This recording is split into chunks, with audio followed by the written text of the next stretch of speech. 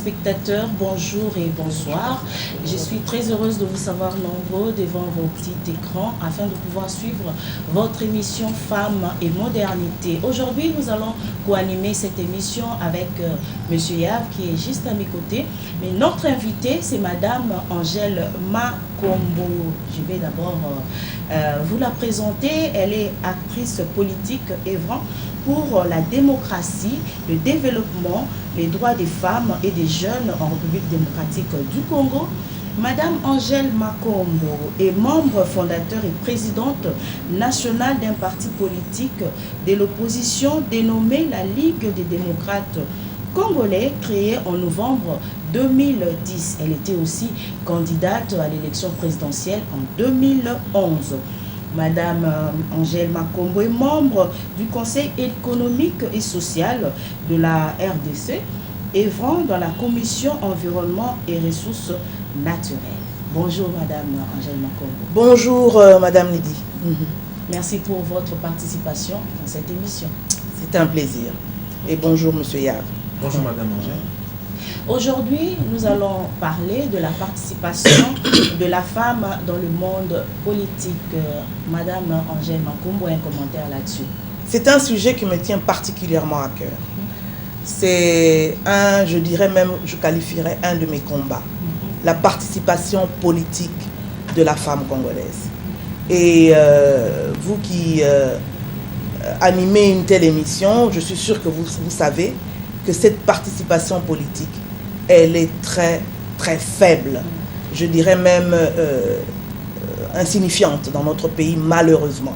Malgré tous les engagements pris au plus haut niveau de l'État, malgré cette fameuse parité inscrite dans l'article 14 de la Constitution, mais malgré également la résolution 1325 des Nations Unies sur la femme, la paix et la sécurité, malgré les beaux discours qu'on nous a souvent faits par les hommes politiques et en premier lieu le chef de l'État, moi je ne peux pas oublier son allocution devant le Parlement réuni en congrès, je pense que c'était en décembre 2014, où il a dit les femmes ont subi des injustices, les femmes, etc. Mais il est temps que nous réparions ça. Il a invité les partis politiques, le Parlement, toutes les institutions à promouvoir les femmes. Mais les statistiques... Pourquoi la femme doit s'engager aussi à faire la politique dans son pays? Mais c'est fondamental.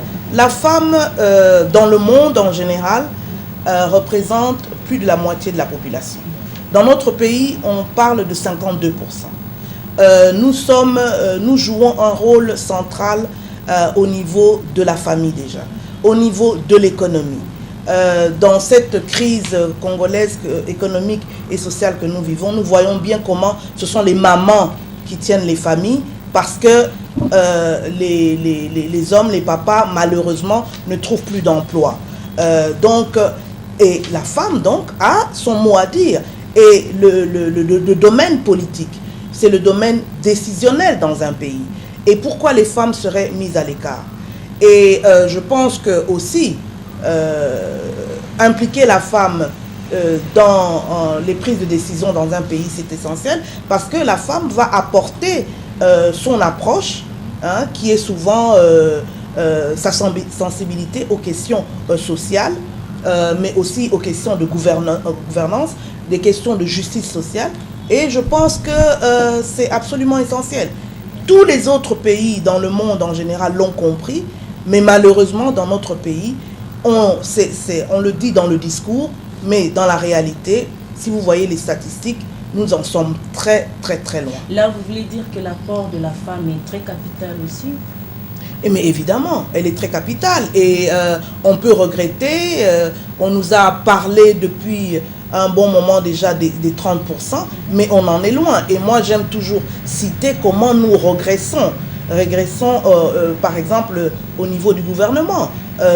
Quand nous regardons le gouvernement Matata 2, il y avait 15% de femmes dans ce gouvernement-là. Le gouvernement Badi Banga, il y en a eu 12. Et maintenant, on est à moins de 10, oui.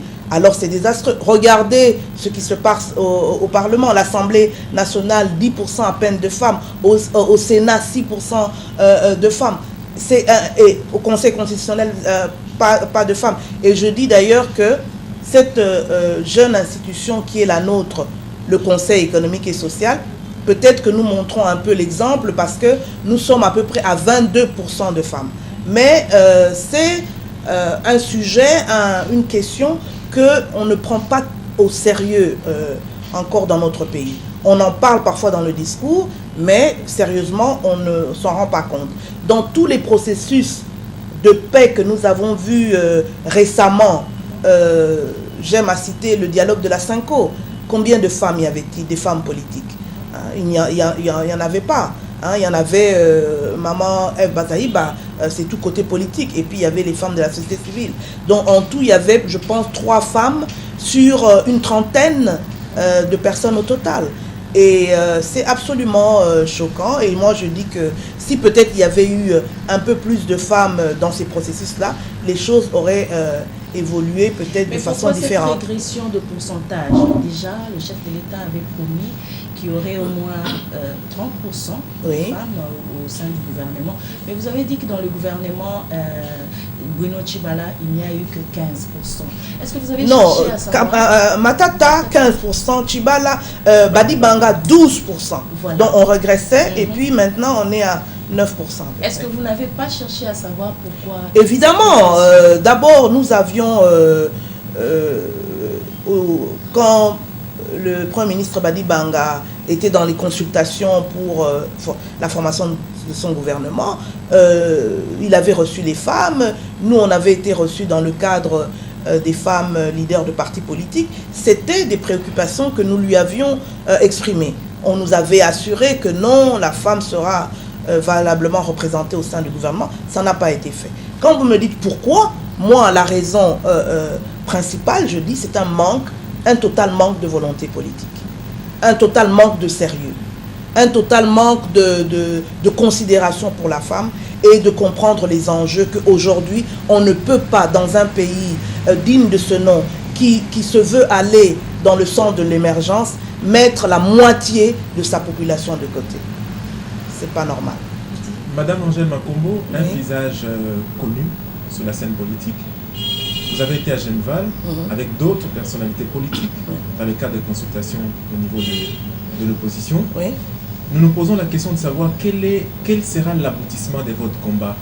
Qu'est-ce que vous voulez avoir à la fin, vous personnellement? Parce que c'est de vous qu'il s'agit. Oui.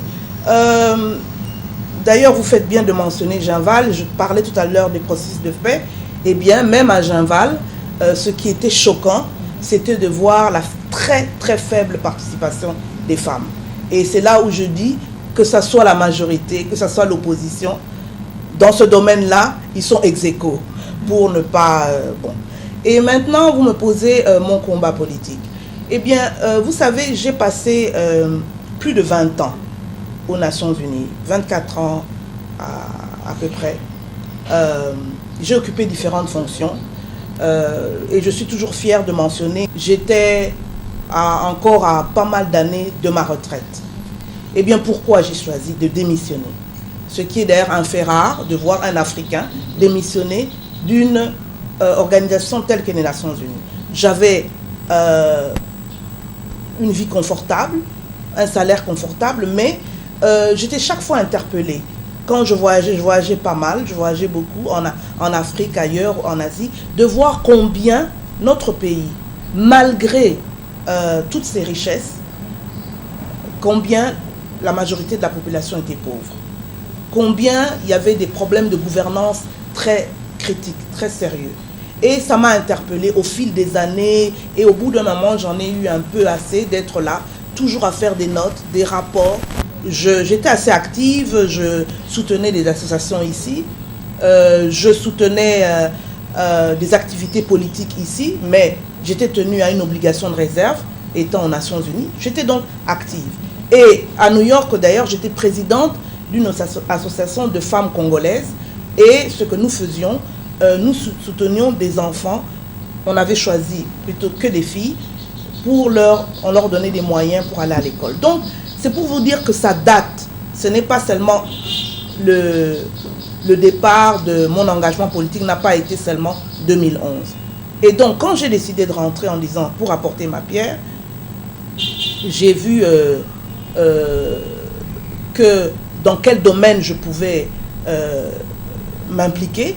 Et cette implication, c'est notamment les femmes, la participation politique des femmes. Et je me dis que le Congo, notre pays, on ira vraiment résolument dans le sens de l'émergence le jour où on prendra au sérieux cette question de la participation politique de la femme congolaise, de l'autonomisation économique de la femme. Et c'est ça en fait mon combat. Mon combat, c'est un processus. Et il faut beaucoup de patience, il faut beaucoup d'implication, il faut impliquer les femmes, il faut impliquer les jeunes. Quant à moi-même, je pense que ce n'est pas ça l'objet central de mon combat, mais comme on dit, à chaque jour suffit sa peine, et le moment opportun, vous saurez très vite comment je vais me situer par rapport à ces échéances électorales qui s'annoncent.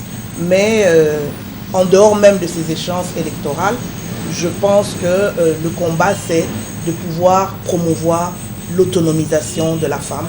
Et quand je dis aussi femmes, je pense aux jeunes femmes. Je pense aux jeunes qui sont 70%, on dit, de Congolais ont moins de 25 ans. Donc, c'est vraiment ça que nous, la génération de nos pères ont été ceux de l'indépendance. Nous, on dit souvent, vous avez échoué parce qu'on ne voit pas ce que vous avez amené. Eh bien, je ne serais pas aussi sévère. Je dirais oui, on a eu beaucoup de lacunes, mais le temps qui nous reste encore sur cette terre des hommes, c'est de pouvoir encadrer, coacher des jeunes, coacher des femmes, et puis travailler dans le sens justement de l'avancement, de la participation politique des femmes congolaises.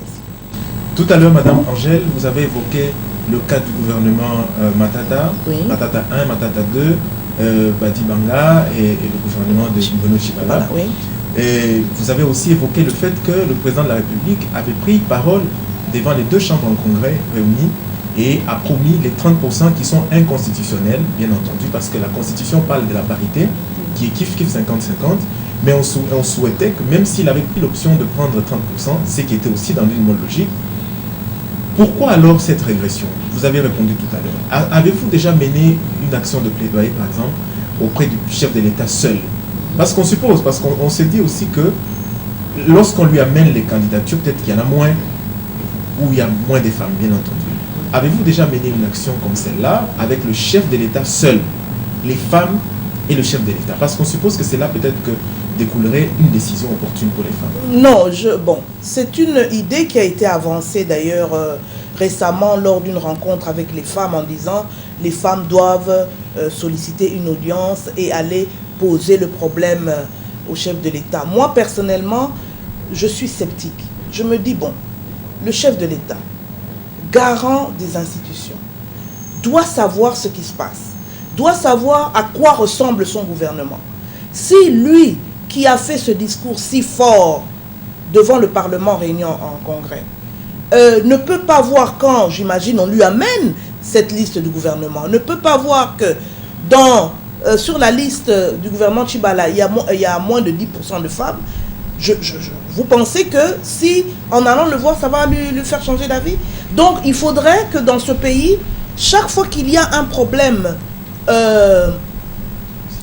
sérieux, un problème grave, quel que soit le secteur, que ce soit l'enseignement, les médecins, les agronomes, il faut absolument voir seulement le chef de l'État seul pour qu'il prenne une décision qui change. Alors si c'est ça, c'est grave.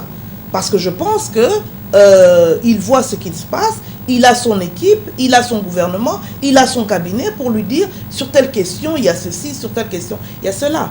Et moi, personnellement, si je dois parler de moi, j'ai eu à écrire souvent dans les journaux de la place et j'ai eu à parler de cette question. Et quand nous avions eu le dialogue numéro 1 à la Cité de l'Union africaine, eh bien, ça, vous savez qu'à l'époque, on avait fixé le nombre de délégués, je crois, à 200. Et sur ce 200, il n'y avait, si ma mémoire est bonne, il n'y avait que 2 femmes politiques et des femmes de la société civile. Donc, les femmes, sur les 200, il devait y avoir à peine 10 femmes.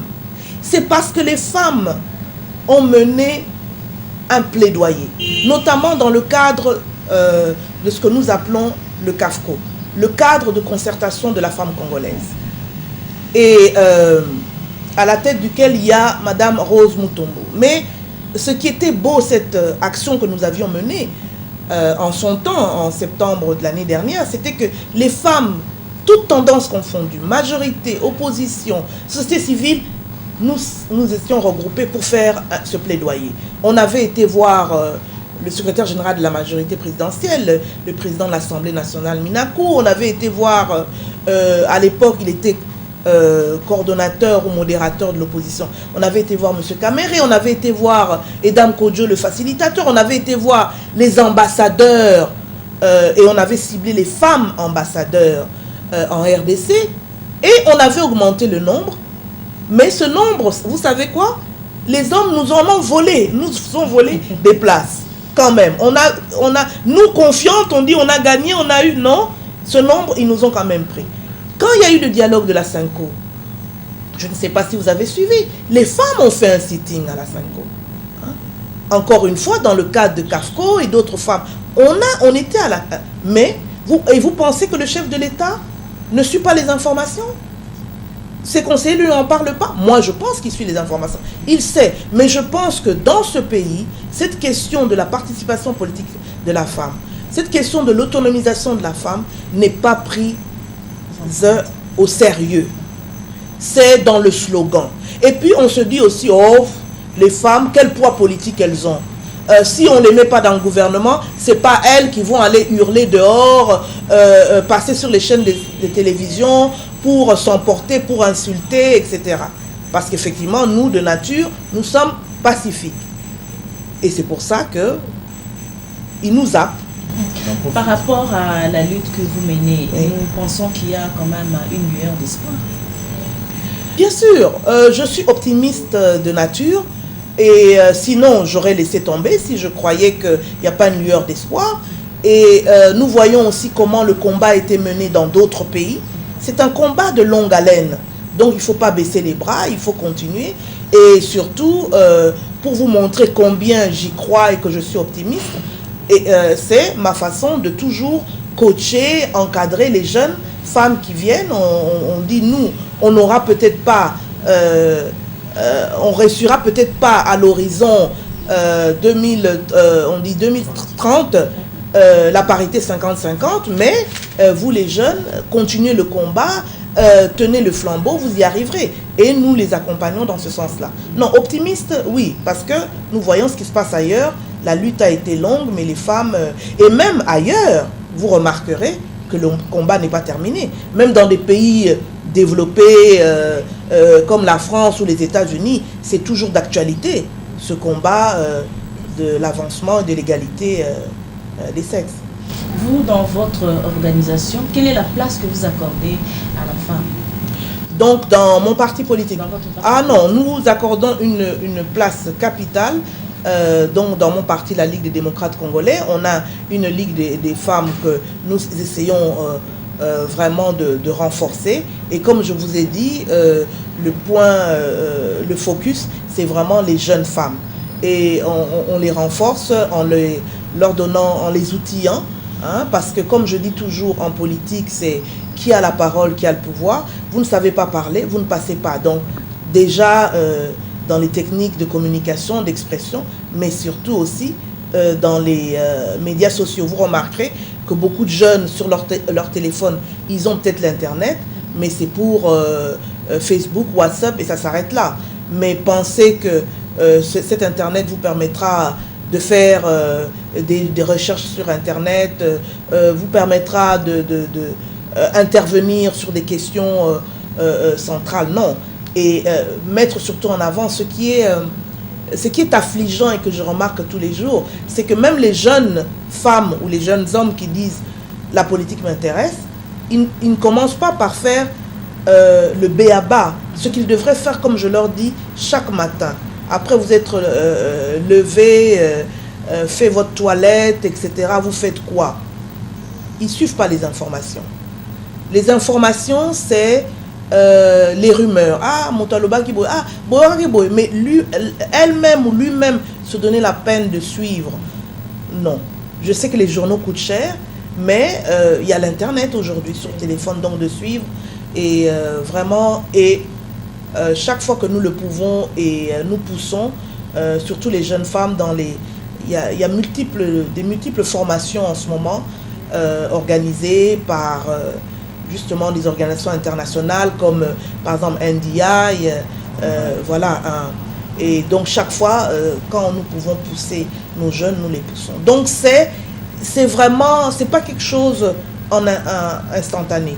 C'est un effort de longue haleine, c'est un processus. Oui, les élections se pointent à l'horizon, Madame Angèle Makombo. Comment vous vous préparez?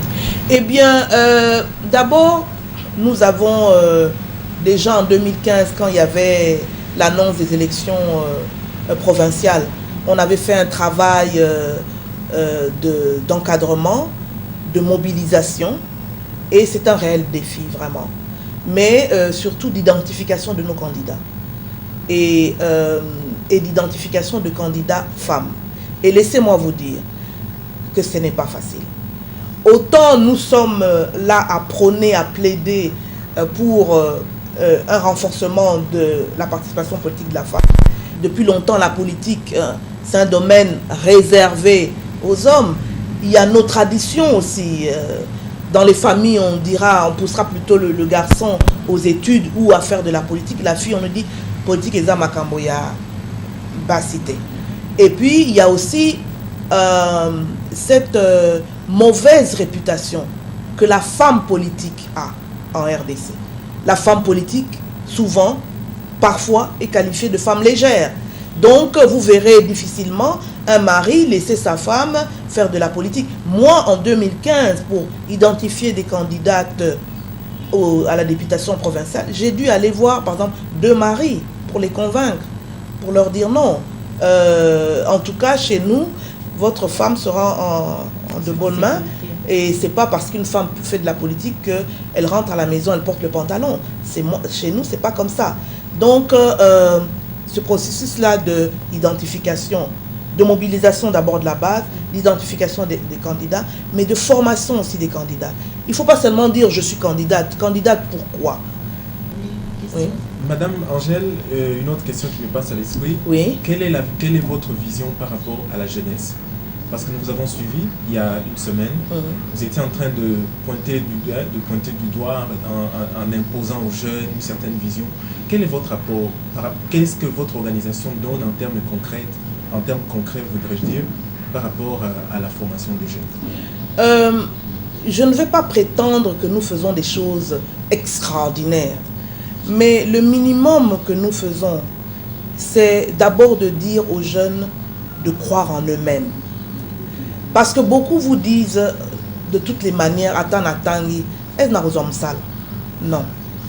Fais d'abord ce que tu dois faire. C'est vrai que la situation est difficile. C'est vrai que les parents ont peu de moyens. Mais si tu as l'opportunité d'aller à l'école, kende na classe, sois sérieux dans ce que tu fais. Fais bien ta formation. Maintenant, une fois que tu as ton diplôme, ne crois pas que le diplôme te garantit un emploi stable, sûr. Ce n'est que les débuts. C'est un passeport, ce n'est que les débuts. Et de ne pas oublier que on continue à se former toute la vie. Moi, jusqu'à présent, comme je leur dis, malgré mes diplômes, malgré mon expérience professionnelle, ma carrière que j'ai eue, je continue toujours à apprendre. Par exemple, là, je leur disais, j'ai une petite exploitation agricole du côté de Njili Brasserie. Eh bien, j'ai vu qu'il y avait une formation qu'on donnait sur l'agriculture. Je voulais m'inscrire parce que je veux apprendre. Je ne suis pas agronome, je ne suis pas un ouvrier agricole, donc je ne connais pas, bien que j'aime la terre, j'aime l'agriculture, je ne connais pas, je ne suis pas spécialiste, donc je vais apprendre. Donc leur dire ça, qu'il faut continuer à apprendre, il faut lire. Le Congolais lit très peu. Il dira, les livres coûtent cher, c'est vrai. Les journaux coûtent cher, c'est vrai. Mais vous avez peut-être l'Internet. Et maintenant, nous, en tant que parti, nous essayons de les encadrer pour les former un peu à l'éducation civique. Ce qui manque dans notre pays, mais de façon criante, ce n'est pas tant les compétences, ce n'est pas tant l'expertise. Je constate tous les jours dans différents domaines, dans différents secteurs dans notre pays, nous avons les compétences, nous avons l'expertise. Mais ce qui manque de façon criante, je trouve que c'est l'intégrité, le sens des responsabilités. Et c'est ça que j'essaie de leur apprendre. Mais ce n'est pas facile. Madame Angèle Makombo, nous amorçons déjà l'atterrissage. Un mot aux hommes qui ne croient pas à la capacité intellectuelle des femmes. Oh, je leur dis, moi je ne les prends pas comme adversaires en disant les hommes d'un côté, les femmes de l'autre. Je prends plutôt l'angle, souvent, je dis aux hommes, surtout ceux qui sont déjà pères de famille, est-ce que vous avez un banabas?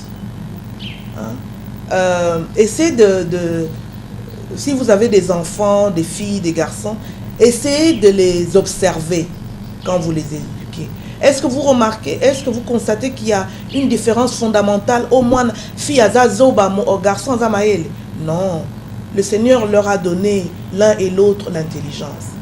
Donc, l'investissement que vous allez mettre dans votre fille, qu'elle aille à l'école, vous ne voudriez pas que demain, elle participe justement à la construction de ce pays. Donc, je leur dis, ouvrez les yeux, le monde a changé. Le fameux dicton, Basi batonga kate, c'est dépassé. Basi mutubarotonga mboka Congo. C'est ça que je leur dis. Observez. Qui nous a fait le robot là? Une femme. Qui est, je l'ai rencontré encore dernièrement, qui est pilote à Congo Airways? Une jeune femme. Elles sont 2 seulement. Donc, il n'y a pas un domaine d'activité où la femme ne peut pas exceller. Donc, ensemble, joignons nos forces pour que nous encadrons, nous épaulions et nos garçons et nos filles Potok Tonga Congo Yalobi. Et moi j'y crois vraiment que nous y arrivons. Eh bien, très chers téléspectateurs, j'ose croire que vous avez suivi avec attention cette émission. Nous sommes arrivés pratiquement à la fin et vous avez compris toutes les explications qui nous ont été données par Madame Angèle Makombo. Nous remercions Jed qui nous a donné cet espace. Je remercie aussi mon collaborateur Eddie Yav pour sa participation et sa contribution dans cette émission. Merci de nous avoir suivis et à la prochaine.